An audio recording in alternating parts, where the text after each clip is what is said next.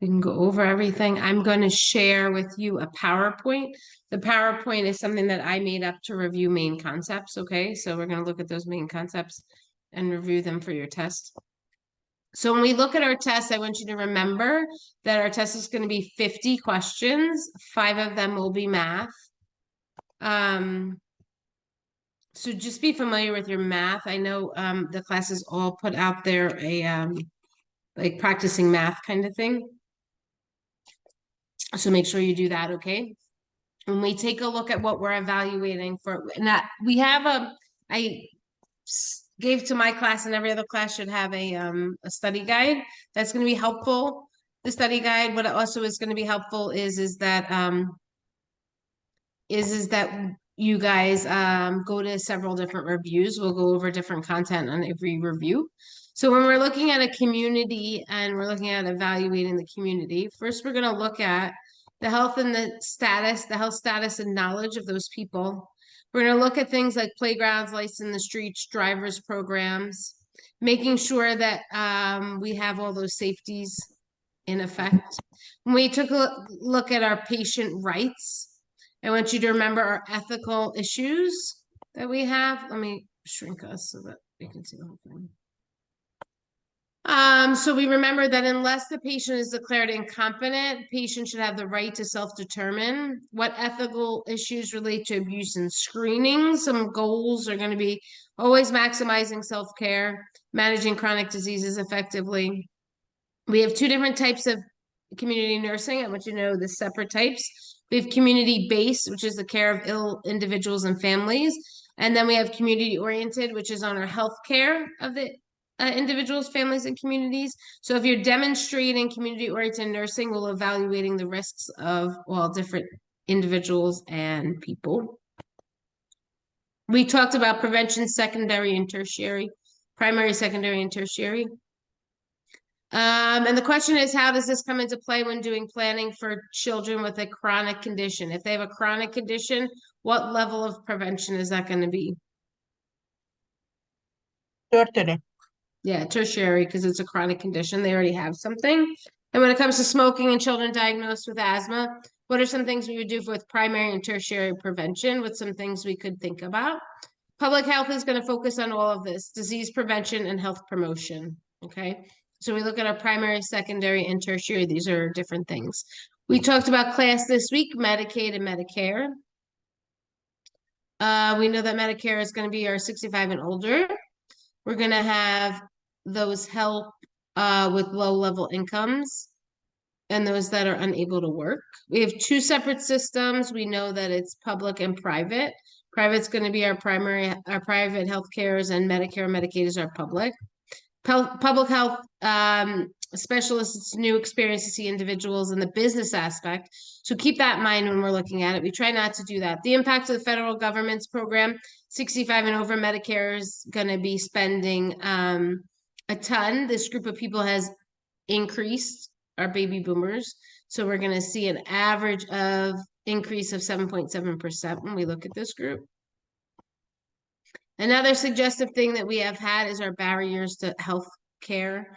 We know that there's public and private, and people with insurance who can personally pay are going to get some more care than those that need the public service.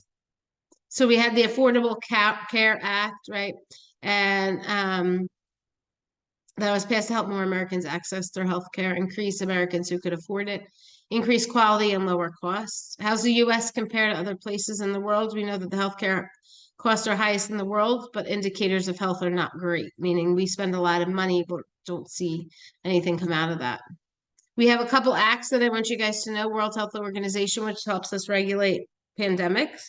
We have the American Disabilities Act, which was passed in 1990 to protect people against discrimination when they had a disability. We had QSEN, which is Quality and Safety Education for Nurses. This is not a federally run program, but it does help nurses with their education, quality improvement, evidence-based care, patient-centered care. So QSEN is not federally regulated, but with our education to nurses. When we talk about evidence-based practices, this is where we get all our information for our APA formatting and our writing. So we know that we have a pyramid. Systemic reviews is going to be our highest level. And what that means is that you've had several different people do the research, and then they do a review of all the research found. Make sure important to figure out what you're taking before you perform the research. Use of clinical trials that are randomized have been shown to be at the height, showing the strongest strength. So you always want them randomized for our trials. We have other forms of study that I want you guys to know about. Quasi-experiment, case-controlled reports, expert opinions. With our health and our vulnerable population, why this over here? We know largest impact is economics, higher chronic disease rate, and we follow with our vulnerable populations. The 7 main factors are seen in your reading. Income and social status is one of them. The higher the income and social status, the higher the outcome of health. Lower education linked with more poor health, more stress, lower self-confidence, and higher poverty. Physical environment, safe water, clean air, we see better outcomes. Social networks, if you have those social networks, then you're going to have some support. Genetics, we know, has a big piece of health right now. Health services, how do we access them? And men and women, gender differences are going to be seen. With our vulnerable population subgroup of population that's most likely to develop health problems as a result of exposures that they've had. So we know these risks come from environmental, social, personal behaviors, personal behaviors, and our biological or genetic makeup. What does public health do? Primary goal of our public health is prevention of disease and disability. We promote independence with the nurse and autonomy. Public health has a population-focused practice. Public health creates health standards. The population of the world is increasing due to increase in fertility rates, decrease in mortality, so they're living longer due to our advances in healthcare. And we see our largest impact is economics, higher chronic disease, and less follow-up with the lower economic. Healthy People 2030, we look to change, increase health equity and social determinants. We're making sure we're using our evidence-based goals. Our goals are for healthy lives that are free of disability and injury, lower or get away from health disparities, create healthy social, political, and economic environments, and leaders become involved to make policies for the health and well-being. Understand that each family is unique, and what are our characteristics of a healthy versus unhealthy versus dysfunctional family. How does nursing prioritize interventions? Think about how we delegate. And there's a chart in your book, 18.3. Please know those definitions of a healthy versus unhealthy. Family crisis is when a family is not able to cope and they'll say, I can't do this, I can't go on, I can't continue. That defines a family crisis. We have 2 different things when we look at our genetics and our environment. We have our genomes, which give us healthcare tools about genetic information. Then we have our eco maps, which tells us about our relationships, our environments, and who we are interacting with. When we take a home visit, make sure we know why home visits are the best. We can see somebody's home, who they live with, what's going on. Assessment is going to be interactive. The nurse is going to evaluate families just as much as the families are evaluating the nurse. Remember that we take time. It takes time to build trust. Don't be too quick to rush that. And before the assessment, we're going to review. There's different phases that the nurses are going to go through and why it's being assessed, what's the purpose, and have the whole family there. We talked tonight about age-related concerns, infants, SIDS, and abuse, children, environmental things. We're looking at playgrounds. We're looking at helmets for bike safety. Those with chronic illness, we want to make sure they have a medical home. Those medical homes are a doctor's office that holds all the information together. Our chronic illness kids have a lot of appointments. We want to be there for the families. Adolescents, we worry about car safety because they're new. Young children, guns and safety, make sure they're stored properly. Talk about drugs and alcohol when they're young. Our school nurse, she treats emergency medical needs, injury prevention, and helps with obesity, smoking, all those kind of things. A busy, busy career. When we take a look at ethics, we know that they must understand this before we start the profession. So it's moral dilemmas we encounter. The Nurse Practice Act is going to protect the public by setting qualifications for the nurse in relation to state practices, which can vary. So I want you guys to be familiar with that. Your Nurse Practice Act is going to vary. And that brings me to the end of my PowerPoint. What kind of questions do we have on our study guides? Make sure in the chat you put your name and professor. Oh, you don't have to. It'll tell me on Zoom.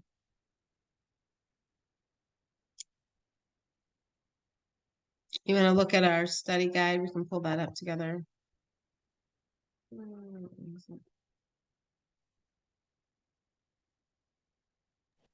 Do we have access to that PowerPoint? No, I can't share it because it's not published. Oh, okay. You can watch it on here though. If I can pull up. I had a question on community-based and community-oriented nursing. I can't seem to grasp the concept. Okay, so one is the health and well-being, and one is somebody who's sick. That's the way to differentiate. Okay, that's really what they're trying to tell you in that chapter with community-based, community-oriented. And so can somebody help her out? Which one is the community-based one? Isn't that the sick people, and then community oriented is trying to get them healthy, keep them healthy? Yeah, exactly. So it's really your difference there. Okay, thank you. On our so you may study see guide, an example on the exam. Such and such is an example of community-based or community-oriented. Go ahead, Hope, sorry. it's okay. On the study guide, there's a lot of stuff about ADPI. Could you like just go over that a little bit? I feel like it's been a really long time since we've even talked about ADPI. So ADPI, let me just pull up your study guide so that I can see where to what we're catering to. ADPI is going to be, remember, our assessing, diagnosis, planning, implementing, and evaluating. And when we do that, we see this is the way we go about making decisions for our patients. We have to assess before we do anything, right? You got to figure out what's wrong with them. And then you're going to come up with what is wrong with them and how can I help them. And then we look at planning, where we plan what we're going to do. How are we going to implement it? In a community-based thing, like I'm just confused on how that would even Let me work. just look and see what which part you're seeing. What page is this on that you're looking at on your study guide? On the first page, it says like key concepts using ADPI, and then I'm trying to find the exact question because there was one that said like, yeah, I see. I thought it was something with children or something. Yeah, think about ADPI and prioritization. How would you create a nursing plan that addresses things like asthma and secondhand smoke? So it's pretty specific. When you're looking at that, you'd have to, what kind of plan would you do if somebody's got asthma and they smoke in the home? Like try to convince them to cease smoking and or stay away from somebody that's smoking, or if it's their kid that has. So talk us asthma. through using ADPI. You're going to assess for what? For lung disease, I guess. for Well, before you even do that, you got if they have asthma, right? We're going to assess how was their asthma controlled. What do we do about it? We're going to be diagnosing ineffective airway, right? And then we look at our planning. What are we going to do for these kids? We're going to make sure we teach those parents that it's not safe to smoke in a car, not safe to smoke around the kid, right? So what assessment would that be like? What's available for my patient in the community, or what resources would be available to help? It's really about in that particular, what you're really trying to focus on there is what are you going to do with a kid with asthma and somebody who smokes in the home? Okay. Right? What kind of prevention are we going to use? They already have asthma, so you can't prevent it. Right. But you certainly can treat it. We can also give them inhalers, right? So depending on where you're at, if you're at primary, you're going to be teaching maybe to young age kids about smoking to prevent that from happening when they're older. And then you're going to be doing some diagnosing, some planning. What kind of things are you going to plan for? How are you going to teach to young kids as opposed to adults? So The for the use. kid, would it be like teaching them how to use their inhaler? Or Well, yes, but depending on what level of prevention you're at. If you're doing tertiary prevention, then yes, you're going to make sure they're using the inhaler properly, right? well, because Have they them teach already back have, to you, show them. because they have asthma, so it would be tertiary. Well, it depends because you may be preventing asthma, right? Okay. Because how would you create a nursing plan that addresses things like asthma and secondhand smoke? It's not saying Okay. that the students have asthma, but you could do some Okay. educating on the primary level with our elementary school kids, Okay. saying that secondhand smoke does cause asthma around babies, around children, you know? And so depending on what level you're looking at in that one question, they're really looking on that one part on the study guide to think about smoking and secondhand smoke and asthma. You know what your priorities are with that. Don't smoke around a kid with asthma. Right. What else on our study guide did we find that was a little difficult? So AdPi is really just, we're not going to do like, put this in AdPi level. Like, we're not going to do that. But we're going to have you thinking, prioritizing. How would you implement? How would you evaluate once you've done something? Those kind of things. So nothing real specific on that one. Just other know about kids and asthma. What else do we have? What other questions? Which mass will be on the exam? I don't know that they give us exams. There's several different ones.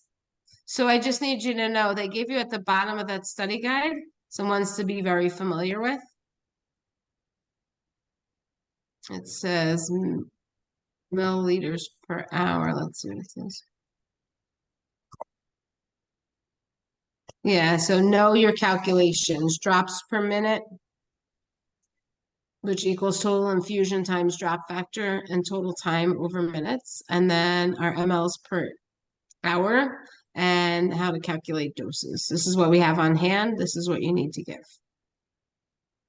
Can you do example, for example, one milliliter per hour?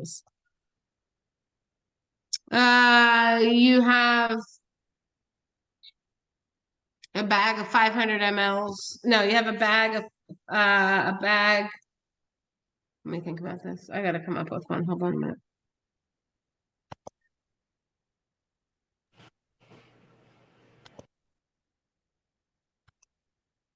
What else do we have other than math? Questions? I know it was a quick review, but I tried to cover the topics I think you guys need.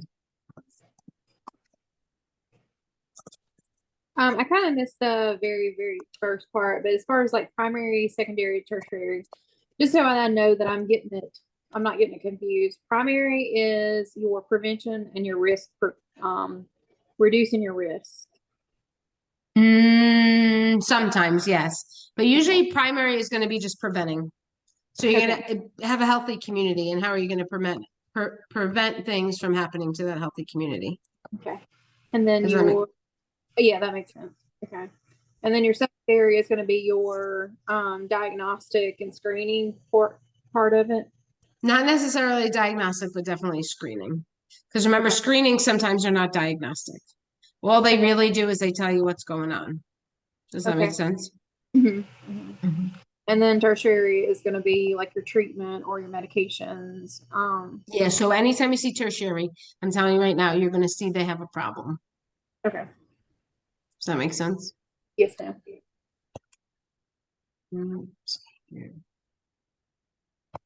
Is it if you, for example, examine the patient, examine the liver, touching the palpation of the abdomen, it will be primary, it will be screening. I'm sorry, are you You touching an didn't- abdomen because why? Because you want to look, is it liver increase or no? Is it it's how it's soft or hard, and is it primary or Well, it depends if you, I mean, you once examine, you're but assessing you like that, didn't- you're screening for something. You're feeling that abdomen for something, but that would never be an example with primary, secondary, and tertiary. It would be more like, you're performing primary intervention. I think there was one on pesticides, remember?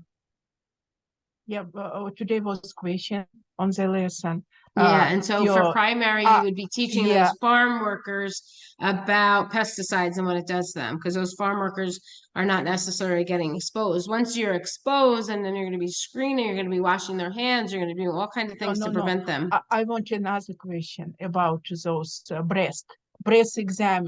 Every time when we taking shower, women every time examine, wash breast and examine. Is it primary or No, it's always secondary? secondary because you're screening. You're not just doing it. You're not telling the whole world to do that. You're not telling men to do that. Yeah, You're not but telling kids to do I it. didn't find nothing. Is it primary?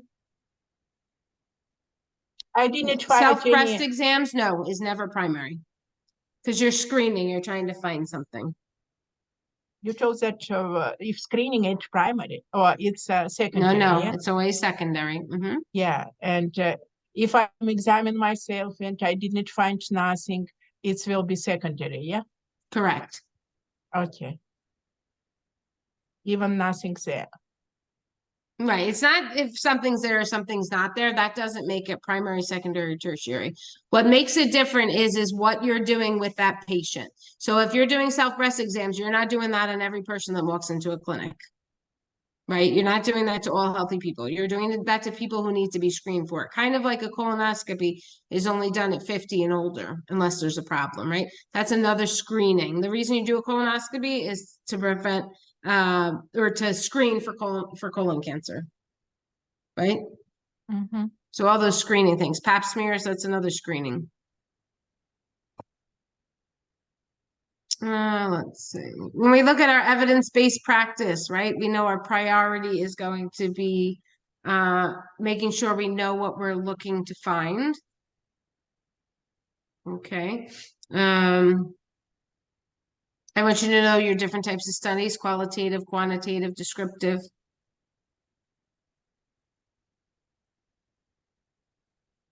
When you say like the evidence-based practice to know what you're looking to find, what do you Yeah, you mean? have to look. Well, so their first step is going to be figuring out what the problem is, right?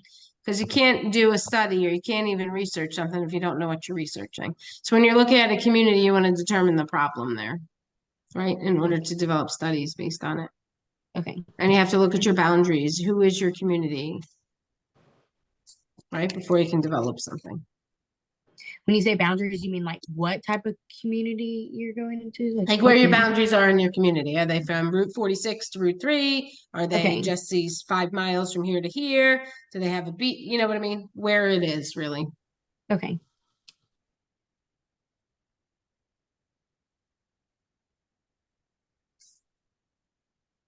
What else can I help you guys with?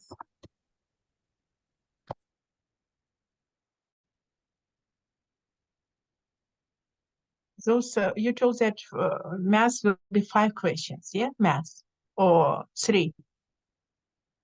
Professor. Sorry, 5. 5, and Mhm. you told that one will be milliliter per hour, 1 drop per minute, calculate, and Well, I'm not saying they are. I'm just saying that's what you need to know how to do. You know what I mean? So you're going to see something along those. Does that make sense? yeah, can we do one example of each? Yeah, I'll do an example.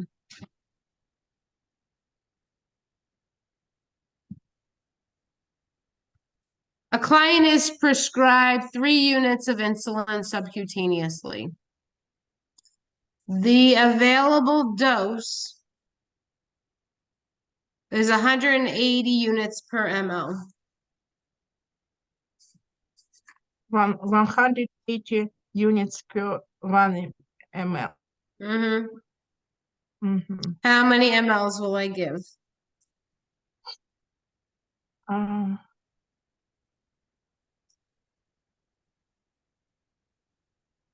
Okay.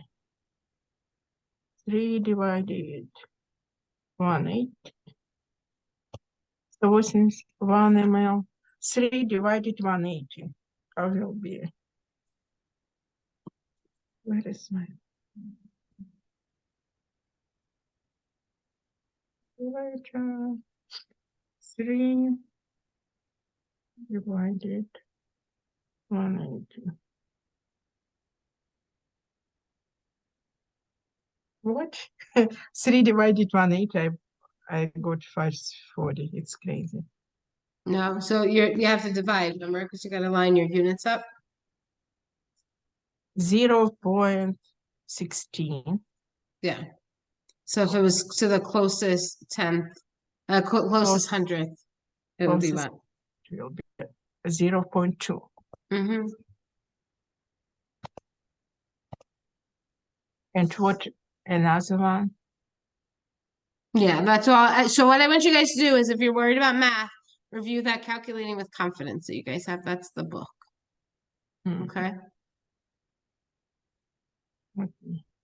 Anybody else have any questions on the study guide, or something you don't know on there, or something you don't feel like we went over? As far as the like who or like who and the QSEN. Mm-hmm. So you want to know that's federally what they funded. are and who they help, or Yeah. So QSEN, is not federally funded. right? QSEN Okay. is for nursing education, really. We use evidence-based practice. We use those kind of things with it. What other ones do they want you to know other than QSEN? They have FMLA on here. Yeah. What do we know about FMLA? I know that it's used for times that you need to be off work. This is what it is and how does it impact the community and families. Yeah. So what is it going to do? If you're on FMLA, do you get paid? Provide a paycheck. You don't get paid No. under Oh, you FMLA. don't get paid. Okay. Mm-mm. Oh. So So if how you would it literally out of affect work. the community? Well, think about how would it affect a community? How would it affect it if you're not getting paid for your job? Or if you have to be off for 6 weeks and you're a Okay. teacher? See, I'm thinking it as like you're a community nurse. So how would that affect the community you're taking care of? So that's like, It's true. It's the same question that I just presented. You're right. So how is that going to impact the community? Somebody's out of work for 6 weeks, not getting paid. What's that? How's that going to impact the community? They're not gonna have, Mhm. I mean, they're gonna need somebody to fill their spot at work. Right. They're not going to be able to Uh, afford the same things they were able to, their mortgage, their food.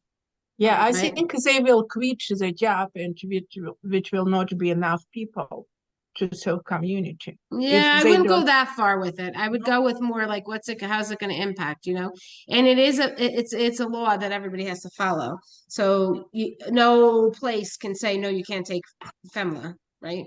So that's how it's going to impact the community too, because your boss can't say, "Oh, sorry, we don't have enough staff, you can't take it." You have to. So Right? would So that's that, how it's impacting a community. and would, so as a community nurse, would you be like giving that client like resources for like food banks or food pantries or stuff like that? Is that how you would help that person through that, where they would? You'd be sensitive to what they're going through. Usually it's a 6-week period, so you're not going to be able to get them like food stamps, because it's not like long term. Can be, but usually it's a 6-week stint. So, but if they need to take more time off, absolutely, you could help them do that. What else could you do to help them if they're low on income? You can see if there's like programs available to like, I don't What do know, you 'cause guys can know make about if you're not making money, where can you go? if what, sorry. If you're not making money, where can you go to get some money? churches. Some churches will fund you. They'll give you food for sure. or Donate maybe plasma. borrow from some relative or from some friends, or borrow from the bank. Borrow money, borrow. Yeah, they don't have to borrow, but think about unemployment. We give unemployment to people, right? Can you do Um, that while you're covered by FMLA? So FMLA is just a law saying you can take off. I think food stamps they have then So FMLA is not going to tell you that you're on FMLA, you qualify for unemployment. It's state by state regulation. It's a federal law, but you'd have to figure that out in your state. Some places will give, some businesses will give some stipends. If you have sick time, you can use sick time. So it really depends on who you are and where you are. But don't be so specific about what you're going to do as a community nurse. You know what you're going to do. You help them with resources. You help them with food. You help them with money. You help them as much as you can. It's pretty much generally what we're looking for there. So try not to get too stuck on what exactly you're going to do, because there's thousands of things we could do as a nurse. Do we really need to know the cost of healthcare? What is the cost of healthcare in the US? Do we really need to know? Yes, you know that. What is the cost of healthcare in the US? I just The know it's highest. expensive. Like we just It's don't need high. to know like It's okay, good. expensive. That's all. It's expensive. And we know we spend a lot of money on it, but we don't get a lot out of it. That's all you need to know, Okay. right? It's really that relationship. This is a lot of community nursing too. You want to know those relationships, like with poverty and education and what we see. People that aren't educated, we see them in higher rates of poverty. We know that we spend a ton of money in the United States on healthcare and our outcomes are no better. So that's pretty much all you need to hope. You don't have to know $6 trillion on this or billion or whatever. It doesn't matter. You just know it's a lot,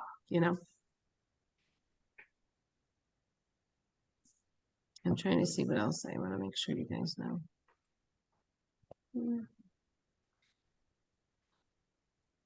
So we're evaluating with communities, we're evaluating what's there, what do they have available to them, community oriented versus community community based. You want to know that. We want to know about QSEN.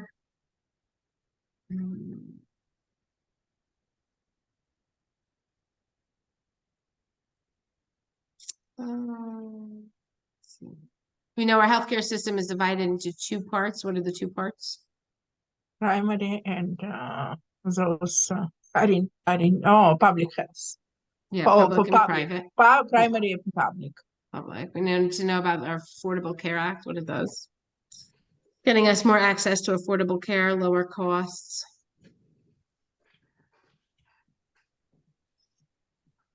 I think the Obama insurance, it depends how your salary. If your salary higher, and it will be more high insurance. If lower, will be more lower. It depends from your money, what you. Yeah, we want to look at when we're families, what are different functions of family? We have healthcare, socialization, economic, and effective functions as nurses. As in families. We look at health risks among our different groups. We talked about that.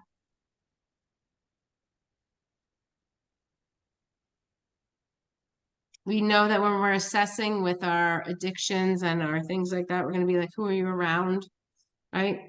Are you around people that are going to be doing that kind of stuff? For durable power of attorney, is that where like somebody will make a decision for you if you're not Well, it conscious? depends. It's power of attorney. So if you give someone power of attorney, they can make decisions if you're not able. But if you're able, Okay. we always promote the patient making their own decision. Okay. Okay. Can you explain the Nurses Practice Act? Sure. So those are acts that are put into place to keep the public safe. It gives us rules and regs, what we can do as nurses, but its purpose is to keep the public safe. So it gives us regulations. It's different state by state. So we just need to know like what you just said about the act, or we need to know like more details. Mm-mm. Okay. No, because every state is different. And we have students from all over, so we would never ask specific. But you have to know, your Nurse Practice Act kind of gives us guidelines. It tells us what to do. It doesn't matter what state you're in, right? That Practice Act tells us what are we allowed to do in certain circumstances. And you can always Google your Nurse Practice Act. I usually have you guys do that. We didn't have time today, but usually you can just Google it and state by state you look at it. And it's interesting to see what kind of regs they put in place, depending on the state. But it's really to protect the people, and to give us guidelines to work on.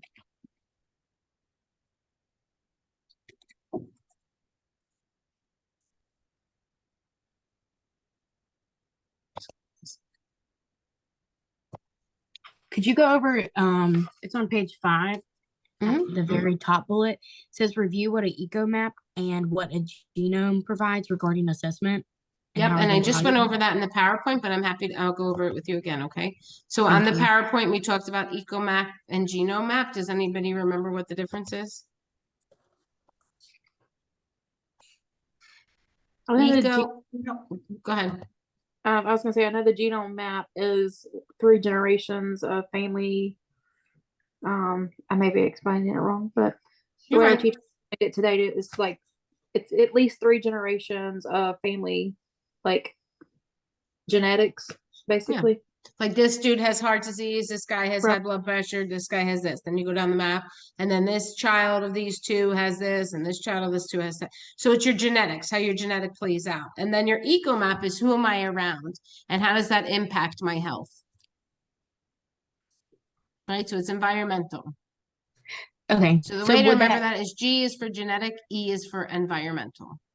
okay, so you said who you're around. Would that also play into, like, do people smoke around you? Like when we were talking about the asthma thing? It'd be more like they go to a church that has beliefs in herbal tea. Okay, thank Got it? you. Mhm. Yep.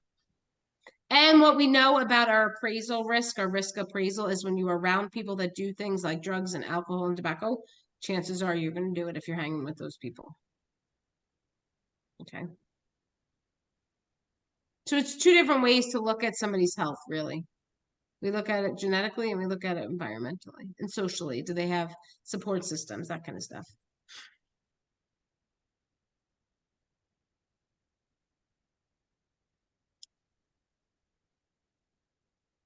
That study guide is pretty exact, so I would know everything on there. Okay. Do you have any, like, tips on this information? I feel like it's just different than what I've been used to. Do you have any tips on, like, how to answer these questions better? Like, is there a way to weigh them out? Like, Did you take your quiz? yes.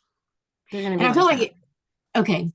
Okay, thank you. That what I can tell you is for your HESI for this class, you study that NCLEX HESI book. There is a section in there on community.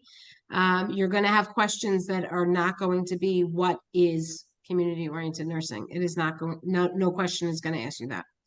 They're going to say, this is examples, select all that apply. You have a lot of select all that apply. okay.